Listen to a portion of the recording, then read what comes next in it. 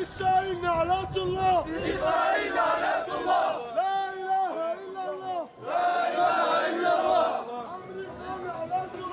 Amerika lanetullah!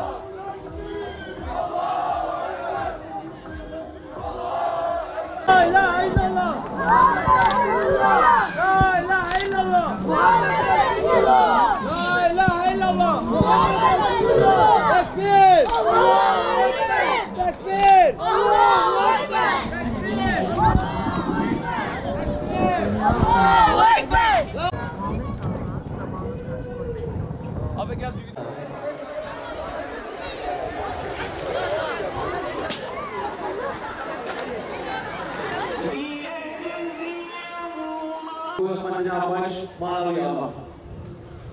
Evet, değerli peygamber aşkları.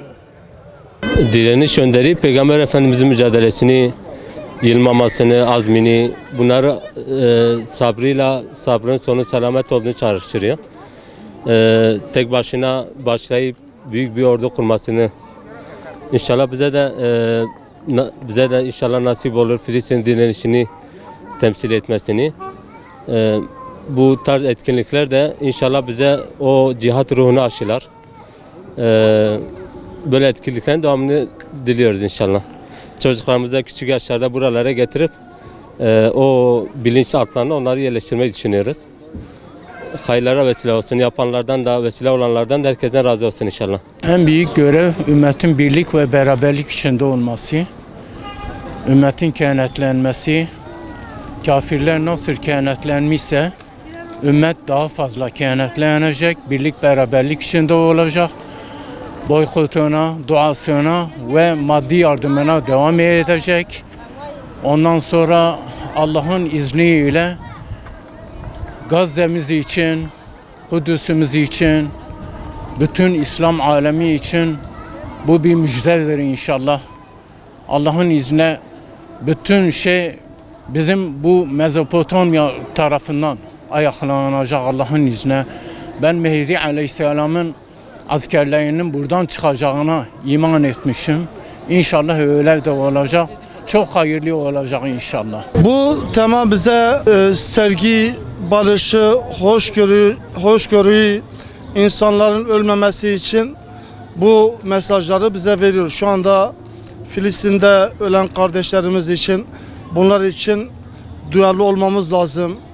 Bunların direnişine karşı bizim de direnişli olmamız lazım. Bugün işte Hz. Muhammed'in kutlu doğum haftası, hepimiz buradayız. Ümmet-i Muhammed'e bu zulme karşı alkış çalanlardan değil, bu zulme karşı seyirci olanlardan Allahu Teala bizi mesul tutmasın inşallah. Allah'ın rahmeti, bereketi tüm Hz. Muhammed'in ümmetin üzerinde olsun. Allahu Teala bu zalimleri kahru perişan etsin inşallah. Ben bir esnaf olarak her yıl bu etkinliğe katılmak gereği duyuyorum. Çünkü hem ümmetin birliği için, maslahatı için, küfre karşı bir oluşumun bir arada bulunması için Müslümanların Allah-u Teala bizleri kardeş kılmıştır.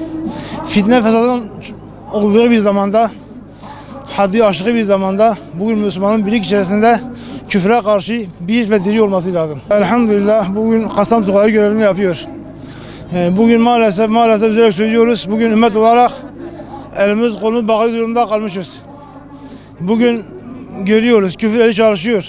Ama biz Müslümanlar kendi aramızda dahi birliği sağlayamıyoruz. Bunun sebebi nedir dersek işte dünya menfaati işgali, efendime söyleyeyim içimizde kurulmuş fitne tohumları maalesef bizi parçalıyor. Müslüman şuurlu olması lazım. Bu emperyalist güçlerin oyuna gelmesi lazım. Ve birlik içerisinde İslam dinine hizmet lazım diyor. Biz Ergani'den geliyoruz. Ergani'de pek kutlu doğum etkinliğine gelmek için ailece buraya geldik. Her sene geliyorum. Bu etkinlikte en başta Resulullah sallallahu aleyhi ve sellem'i tanımak, onun sünnetini bize hatırlatma tanıdı. Faydalıdır, çok faydalı görüyorum. Şanlıurfa'dan geliyorum. İsmim Musa Yoldaş. Peygamber sallallahu aleyhi ve sellemin doğum gününü kutlamaya gelmişiz. Artı Müslümanların birlik beraberliğine vesile olmasını diliyorum. Artı dünyadaki olan bitenlerin, İsrail'in, Amerika'nın zulmünü burada haykırmaya gelmişiz. Lanetlenmeye gelmişiz. Allah onları kahru perişan etsin. Allah Müslümanları bu gaflet uykusuna uyandırsın. Hadis ve Kur'an ve sünnetin üzerinde hepimizi birleştirsin. Bu peygamber hepimizin peygamberi. Bu din hepimizin. Allah'ı bir olan, kitabı bir olan, peygamberi bir olan, kıblesi bir olan. Ben çok şaşkınım. Neden biz parçalara bölündük? 2 milyon Müslüman var dünyada. İsrail 7-6 milyon. Bütün Müslümanları vuruyor. Bu Müslümanların yani azlığından değil, perişan parça parçaya bölündüğünden dolayı. Diyorum ki bütün ümmet birleşsin, topyekün. Bu dinin çatısı altında, Hazreti Peygamber'in sancağı altında tekrardan saadet devrine dönelim diyorum. Bugün Peygamber Efendimizin kutlu doğum günü Diyarbakır'da kutlamak üzereyiz. İnşallah bütün İslam ümmeti Peygamber Efendimiz Hazreti Muhammed Mustafa sallallahu aleyhi ve sellemin sancağının altında birleşmeyi nasip etsin. Ve bütün zalimlere karşı da birlik olmayı nasip etsin. Yahudi, İsrail ve Amerikan uşağı ve yandaşlarını lanetliyorum. Rabbim Kahar ismiyle kahru perişan etsin onları. Kudüs ve Gazze'de bütün Müslüman kardeşlerimiz zulüm altında. İsrail ve Amerikan ve bütün yandaşları birlik olmaktadırlar. Maalesef bugün bakıyoruz İslam ümmetinin birliği dağılmış durumda. Rabbim inşallah bütün İslam ümmetinin, ümmeti Muhammed'in birliğini daim ve kaim eylesin. Biz bu yıl direniş peygamberi Hazreti Peygamber Aleyhisselatü Vesselam'ı anmak için geldik buraya, anlamaya geldik. İnşallah bu program Gazze'nin ve Filistin'deki kardeşlerimizin kurtuluşuna vesile olur. Bu programı düzenleyen peygamber sevdalarından Allah razı olsun. Allah-u Teala herkesin hayrını kabul etsin.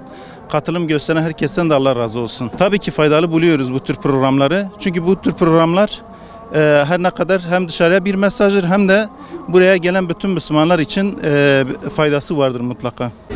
Sevgili Peygamberimiz Aleyhisselam onun için geldik. Çok mutluyuz yani. Gerçekten çok mutluyuz yani. Böyle bir güne Allah'ımla şükürler olsun bize gene nasip ettiği için çok mutluyuz abi. Mevlüt okunacak, ilahi söylenecek, vaaz verilecek. Evet, tekbir, selavatlar getireceğiz. İnşallah dualar edeceğiz. Allah bütün İslam alemine nasip etsin inşallah. Bütün ümmetin sevinci, ümmetin birliğini, ümmetin beraberliğini, her şeyini bire getiriyor yani. Allah bu etkinliğe sebep olan bütün Müslüman kardeşlerimizden 1000 kat razı olsun. Şimdi bu coşkuyu görünce, bu sevgiyi görünce aslında her şeyi anlatıyor bize. Öyle gözüküyor. İnşallah bu sevgi bir de aktararak, anlatarak, amel edilerek yavaş yavaş coğrafyamızda bir bütünleşmeye sebep olsa çok güzel olacak. Allah Resulü Aleyhisselatü Vesselam'ı muhakkak Kur'an-ı Kerim'le birlikte öğrenmek lazım. Çünkü Allah Resulü'nün hayatı biliyorsunuz siyer Kur'an'ın beyanıdır. İnşallah Allah Resulü Aleyhisselatü Vesselam'ın bu sevgisi dalga dalga yağacaktır inşallah. Bütün aleme. Ve bu sevgi özellikle İslam alemindeki şu andaki bizim çok mağdur durumda olmamız ümmet olarak bir şuura vesile olur. Öyle bir şuur ki imani bir dirişa vesile olur.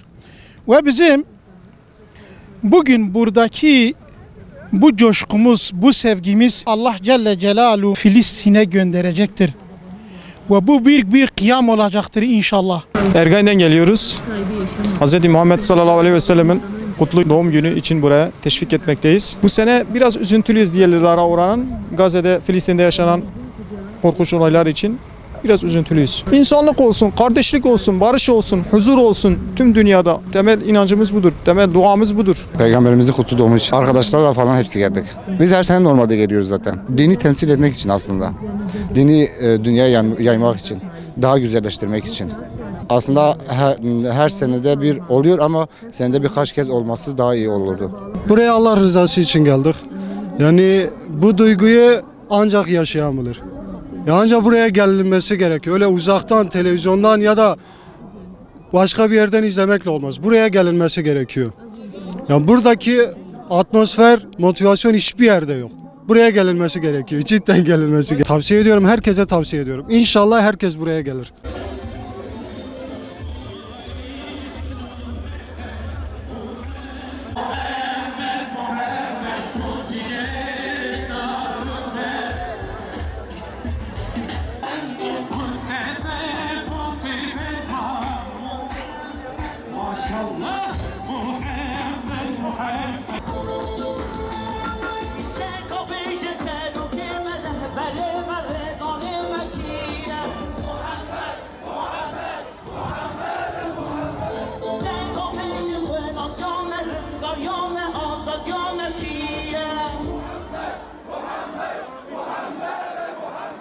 Hiçbir zaman fayda sağlanmamıştır. Müslüman olan kadar musallat olmuş. Zalim müderlerin devrilmesiyle barış ve huzur getirmesini ümit ediyoruz. Geçmişte yapılan hatalardan